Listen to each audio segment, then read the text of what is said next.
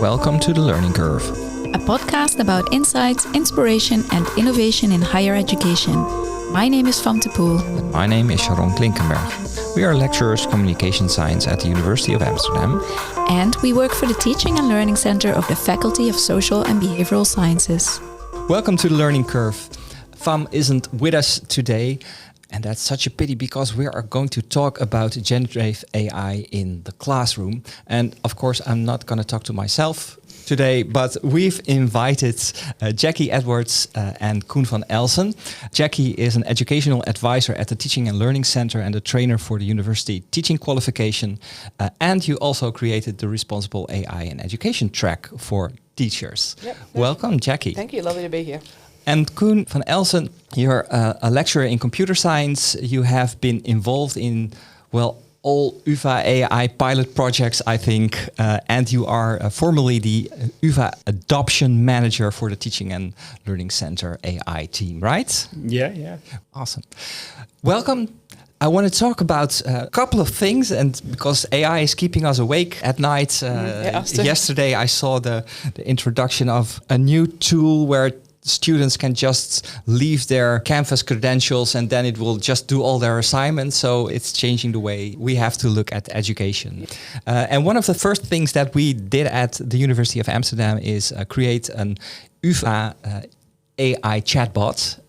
It's a shell, and you can stick different models in from the back end to provide to our teachers, right? And exactly. One of the nice things that's in there, it also indicates which models are more energy efficient, or are we can also use that, at least a little bit of a notion to be a bit sparse in which models we use and what kind of questions we ask. To be aware of what you're asking. So essentially we now have the ability to use the AI models and be sure that our data stays private on our servers, doesn't get used for retraining of new models. So that is one of the core values that we see. Wonderful. And with this tool comes a lot of opportunity for education. Absolutely. Maybe you can tell us something about that. How do we get past the AI awareness and into a realm where we see how we can use AI in our education? Yeah, I think the fact that we've got this this tool at the UFA that we can use that has a lot more sort of privacy considerations for the students is nice, because it gives teachers the opportunity to actually dip their toe in and try it with a bit more feeling of security. It also means that we can ask the students to use it more often as well. It was a little bit difficult to ask students or expect students to use something like ChatGPT before, but now we can start to move a little bit past awareness, because we have a tool that can actually be used in the classroom with a little bit more safety. So we've got just more exposure to the use of AI in the classroom, which is pretty handy, I think. However, we need to make sure that we're using it well, and we're using it in the ways that are sort of didactically and educationally useful, and not just for novelty factor. So if I look at my own course, then I teach statistics. We have a digital book, and I already tried feeding a book chapter digitally into the AI chatbots and then asking it questions, and then sometimes it gets the minute details wrong. So as a teacher, I'm scared to tell students to use it, because they come back to me and say, well, the chatbot told me that was the truth. So I'm like, how do I do this? Yeah, that's very true. And I hear quite a lot teachers are now saying that they are expected to sort of answer to what AI says. The student will say exactly what you just mentioned. Oh, the AI said this, so prove it wrong. Which I think one of the first things that, if you are thinking of using AI in the classroom, or even if you're not, just the role that AI is occupying in the classroom, it's important that teachers and students are able to position the AI properly. The teacher is the one that is the boundary setter, the person that decides the content of what has to be created and what has to be learned and things like that. So that role of AI has to be made fairly explicit in the classroom, I think, and built into your sort of workflow a little bit, so that students know that the AI is not the end point of knowledge. The teacher and the student should be. Yeah. So my assumption here might also be wrong, because I see it in the sense that if I give it access to my book, then it can answer questions to students. But maybe that is the wrong approach. I shouldn't see it as a source of knowledge for students to interact, because I actually want students to read the book. So I should maybe find a different approach to use an AI environment in my education, and then didactically what would be something that could be done there. Yeah, I think it's a generative AI generally has been shown to have quite good results for explaining things and helping students understand content, as long as the awareness of what can go wrong with that approach, hallucinations, incorrect information, it can miss things, is sort of built into the process of how it is expected to be used. So one of the most important things which pops up all the time is students being able to critically assess the output of what it comes back with. So if the student asks a GenAI question about your book, about the content, they need to not just go, oh, that's the answer. The book said, the AI said, therefore it must be correct. There's another step that has to be added into sort of the task of rolling out AI in your classroom, or awareness that students have to have of what comes next after you read the answer. Yeah. What do you do with that information after that? And that's the difficult part for me, because they are in the learning process. So they actually don't know themselves. So the didactical step of using the AI chatbot as a source of knowledge is something that I shouldn't use, and maybe should make assignments where I would ask to have the AI explain the concept, and then the assignment is check if the answer is correct or not, instead of getting the answer correct. For me, that would be didactically useful, though then for me it feels a little bit like a gimmick to have an interaction with an AI to force students to make sure that they read the book, instead of just saying read the book and you have an assignment about the book. So, but there are ways to make this more easy for students to not just get the answer. So, for example, on the chat system, we've built a Socratic coach. So it's more a coach and helps you along by asking the right questions rather than just giving the answers. And there's also pilots going on. Now, one of these is actually for a statistic book that has been reducted. So the RAG, the retrieval that you get from the book, has been adapted to be more specific and to always give a reference to, I found this information in chapter 2 at page X, etc. So it's easier for the students to just click it and then see the entire context and read it again, instead of just getting the answer and thinking, this is it. So there are ways that we're trying to implement to make sure that even if you provide the book, that it's more useful and better for the learning curve that students have, so that they actually learn instead of just get the answer, copy it, and forget about it again, because that's the threat we're in. And the thing is, of course, that especially as a teacher who's not, into technology, artificial intelligence, thinking of these possibilities, it's just not possible. It's just like, I'm just a teacher, right? So how can we steer them a little bit in the right direction, and what do they need to know about using generative AI in a didactical way? That is tricky, because students often can be using AI in all kinds of different ways, and it feels like an insurmountable task that teachers know everything about how students use it. But I think at the end of the day, making decisions about how you design your courses, so that you can answer, how do you know that they've done it? And being able to answer that question is a step in the right direction. Because if, for example, you give a student a task and they do the whole thing on AI, you don't know what they know. So formative assessment is always important. And I feel like it's even more important now, because teachers need to have more data points of what have students done, what do they know, how do I know that they've done it, how do I know they've done it themselves? So that in that way, it doesn't change. Yeah. So I've been using formative assessments for years and years now, and that works pretty good. And I've set up a system, and we've discussed it in previous podcasts of the learning curve with FAM, in such a way that it's not just a formative test, but this set as a preparatory assignment gives the teacher insight in where the student is in terms of their progression.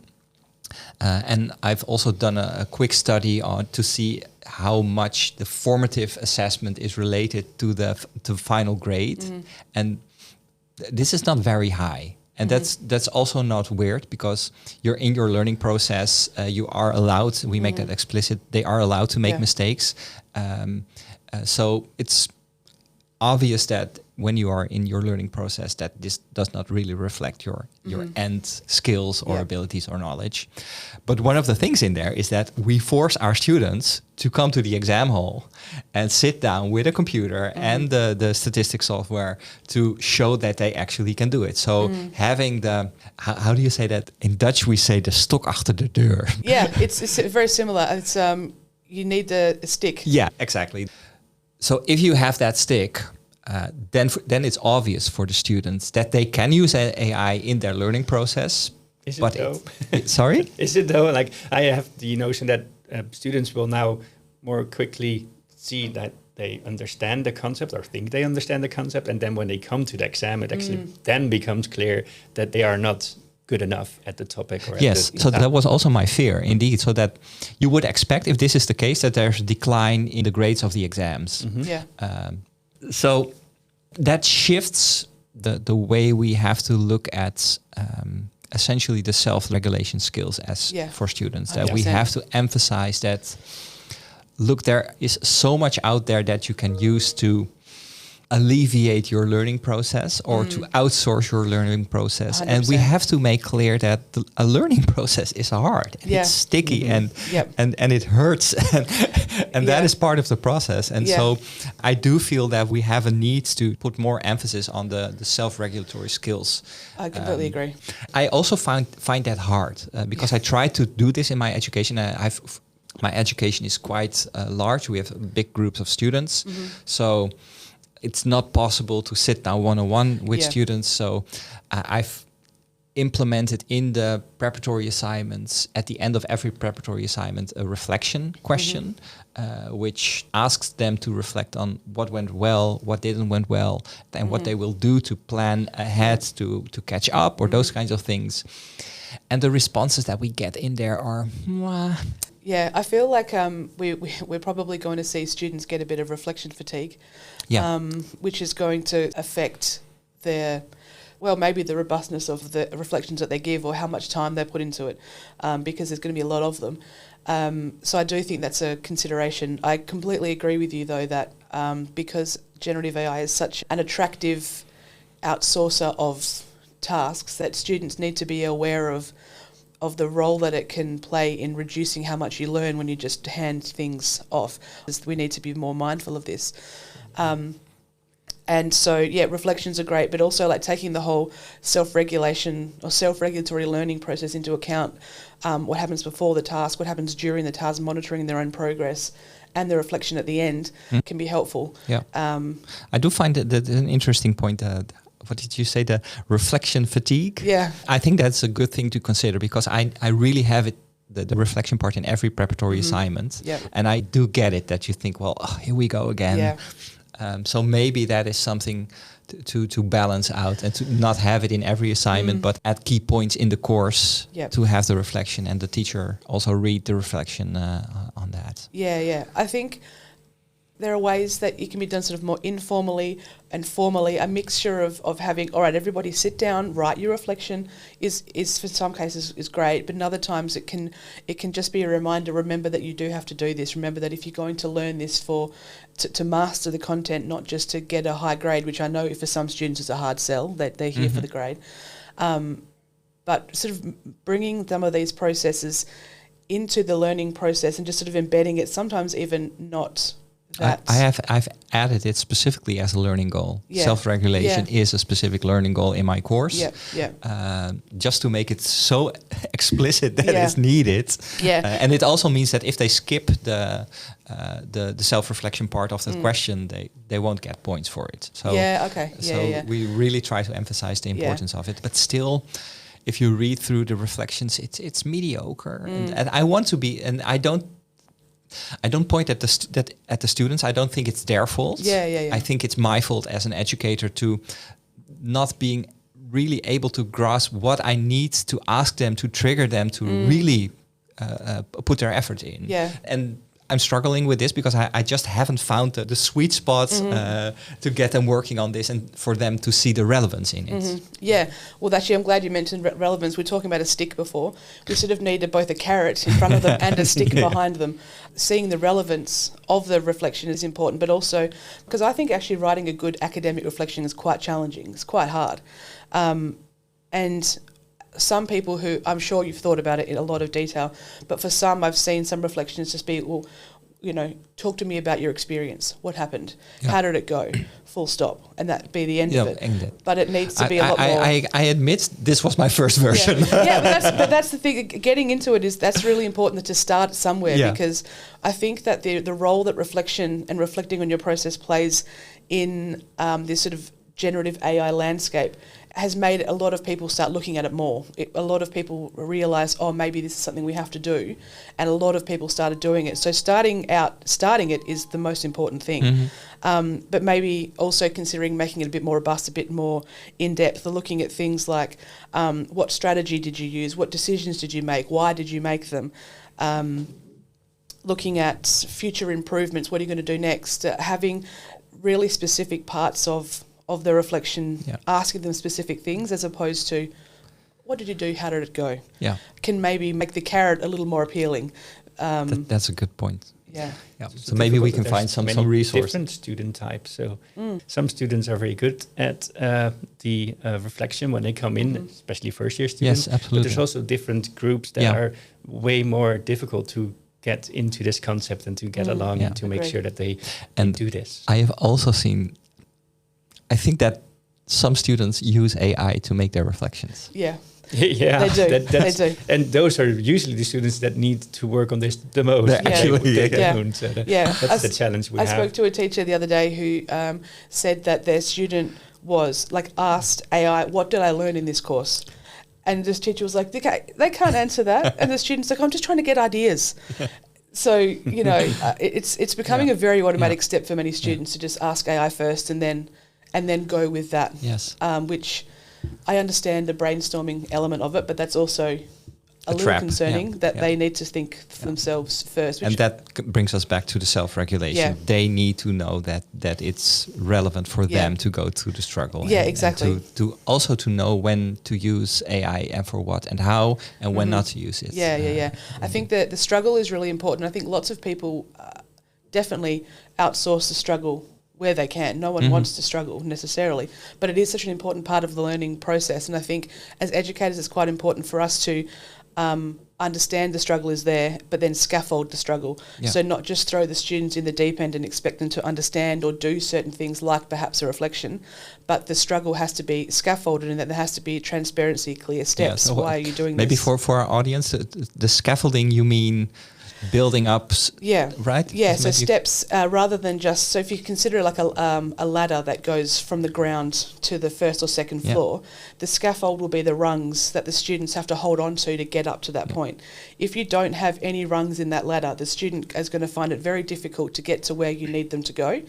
And so the rungs have to be in this ladder. Yes, I had this with one of the first assignments that I had when I started teaching. I took over a course. This was an SPSS course, and the first assignment was up the ladder.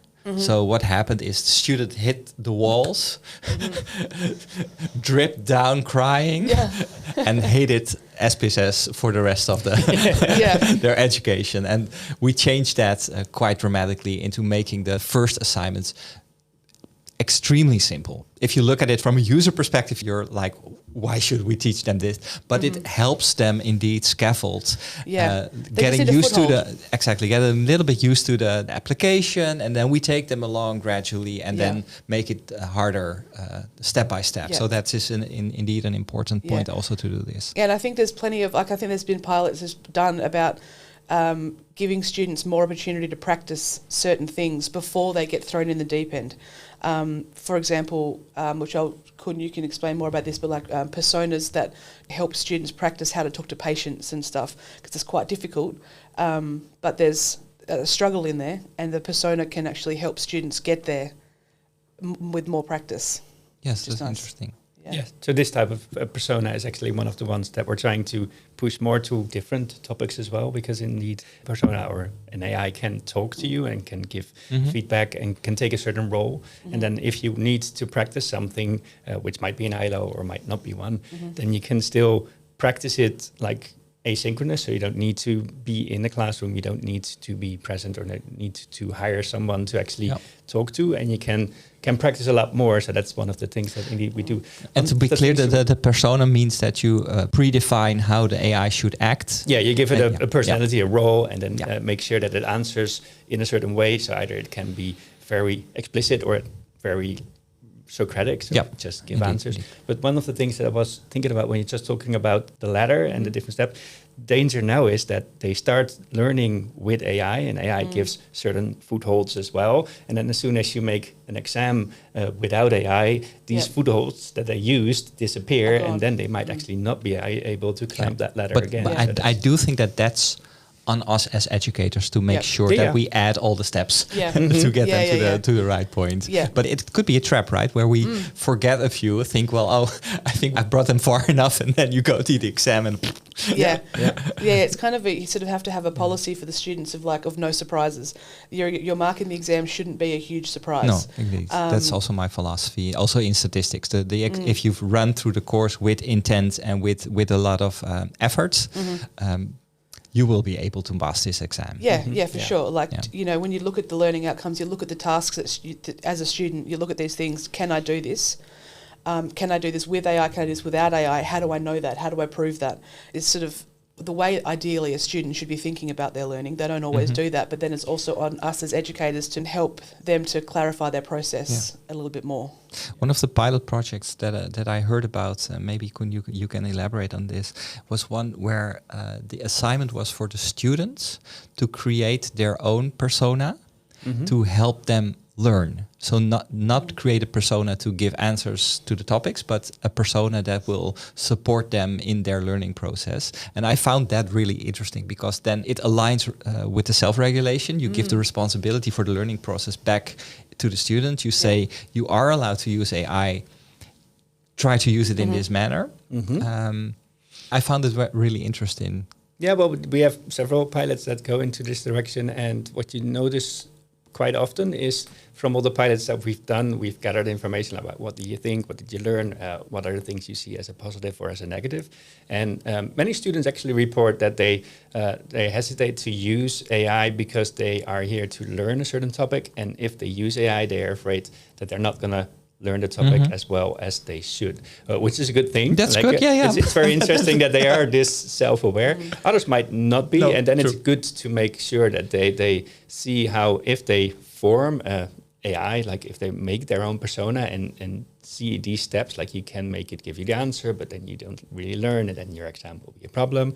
And they also learn about how AI actually works. The two things that you need to see is you need to learn about AI, and you need to learn how to use AI during your own work or whatever you want to do. Yeah. And I think assignments like these are actually very good at making them aware of both sides of this, and then make their own choices. Like some will want to have AI do a bit more explanation to them, but as long as that is good in their process, like in the way that they learn, then that's fine. But they have to be aware of that choice. Yeah. I wanted to touch upon one point. It's a little bit a step into what the future can bring. So I teach statistics, and we use SPSS for this. And myself as a researcher, I use R a lot, and I know a lot of researchers that use Python to create their code for their research.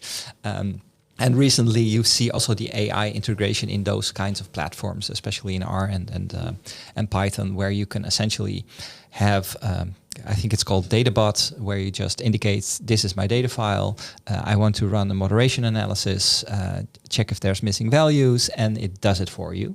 It also asks the follow-up question, shall I also run some additional analysis, or shall I visualize this for you, or shall I create a table in APA style, and also maybe do a summary of these results also in APA style. And this can already be done at this point. And I do see a way for the future where research will fundamentally change. It will be a collaborative back and forth with some AI agents to get your work done.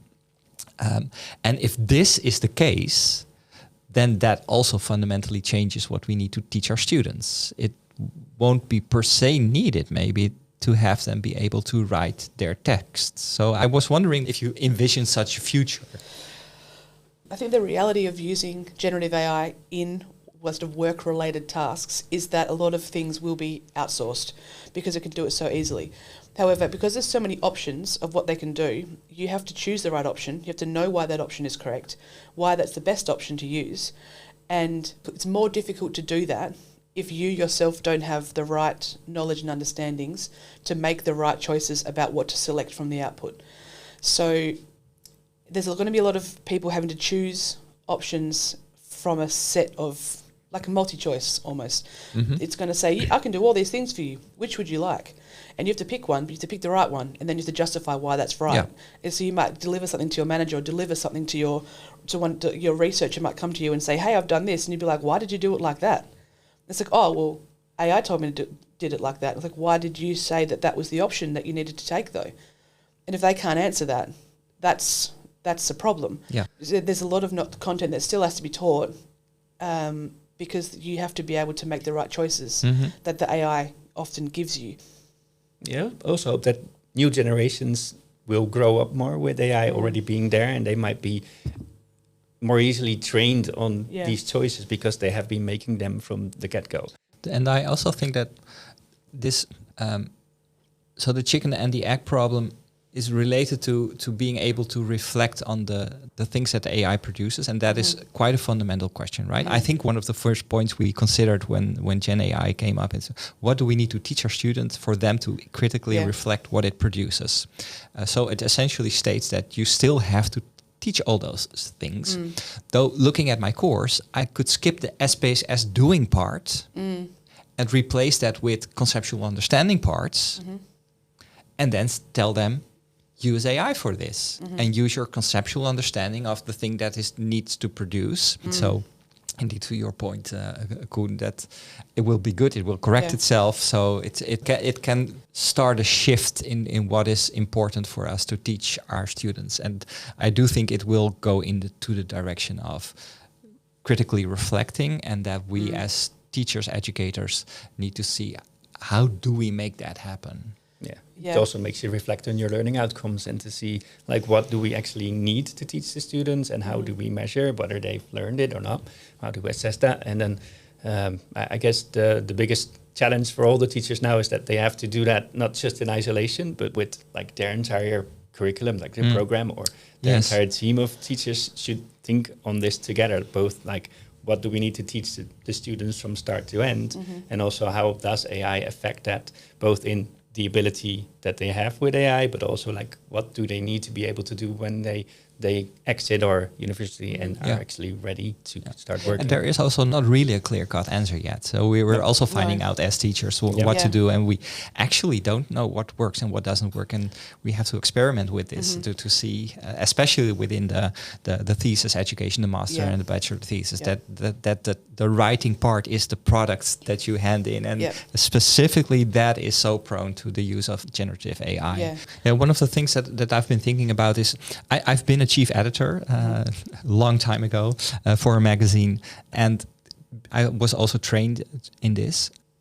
The skills that you get as an editor are very specific. So in those days, it was the late 90s, early 2000s. It was on paper. So you get a text and you have to redact the text with marks, with a pen, and just scribbling on it, and this word needs to change, or this part of the sentence needs to go to the other side to make it more structured. So this skill of being an editor might be something that will be more important for us as educators to teach our students, so they can edit the text that is produced partly on AI, partly by themselves. I always found that this skill is so useful as a writer. And well, we don't teach our students that. We tell them, you need to write a paper and you need to be able to do that. And that this is a massive project, the paper. It's not just, it's not scaffolded. It's just, here's the entire stairs, make it happen. Yeah, good luck. Because then you could say that, well, have AI generate parts of the text of your thesis, reflect on that, critically redact it, and it's your responsibility that the thing that it's produced, that it's correct, that the references are correct, that there are no mistakes in there. You're more checking everything that has accumulated to the final product. Yeah, and you still have to be able to stand behind your product. You still have to be able to defend it and answer questions about it. If you're handing in a thesis about something, you're expected to have some level of expertise on that topic. So it's important that you can answer the questions about it, which if you outsource the whole thing to generative AI is going to be difficult. But if you are engaged in a more editing, reflective, back and forth sort of, I would say, air quotes, conversation with the generative AI, then you do learn more. And there's papers on this that suggest that if you do take a more involved, back and forth approach to using the Gen AI rather than just write it, hand it in, you do learn more. It is actually quite a good way of using it. Yeah. So not being afraid of that is also something to consider. Yeah. And I think it's also important just to consider the space we're in, because when you're in academia and when you have large courses or big student cohorts, then these changes are not going to happen overnight. It takes some time, and I think we as educators should also give ourselves some time to adjust, even though it's available at this point, but it's not feasible to just go the other route all of a sudden without compromising the quality of your education. So and also the work pressure, because changing things takes time, a lot of time and effort. Well, Jackie Koen, it was so much fun to talk to you. I think I learned a lot, especially the one takeaway that at least I'm going to implement is the fatigue on the reflection. So I will take out a few of those reflection points and make it a little bit less so they can do it with more effort. Thank you so much. Pleasure to be here. Thanks for having us. Awesome. Thanks for joining us for another episode of The Learning Curve. Produced by the Teaching and Learning Center of the Faculty of Social and Behavioral Sciences at the University of Amsterdam. Our music was provided by Peter van Dijk. For more information, find us wherever you get your podcasts.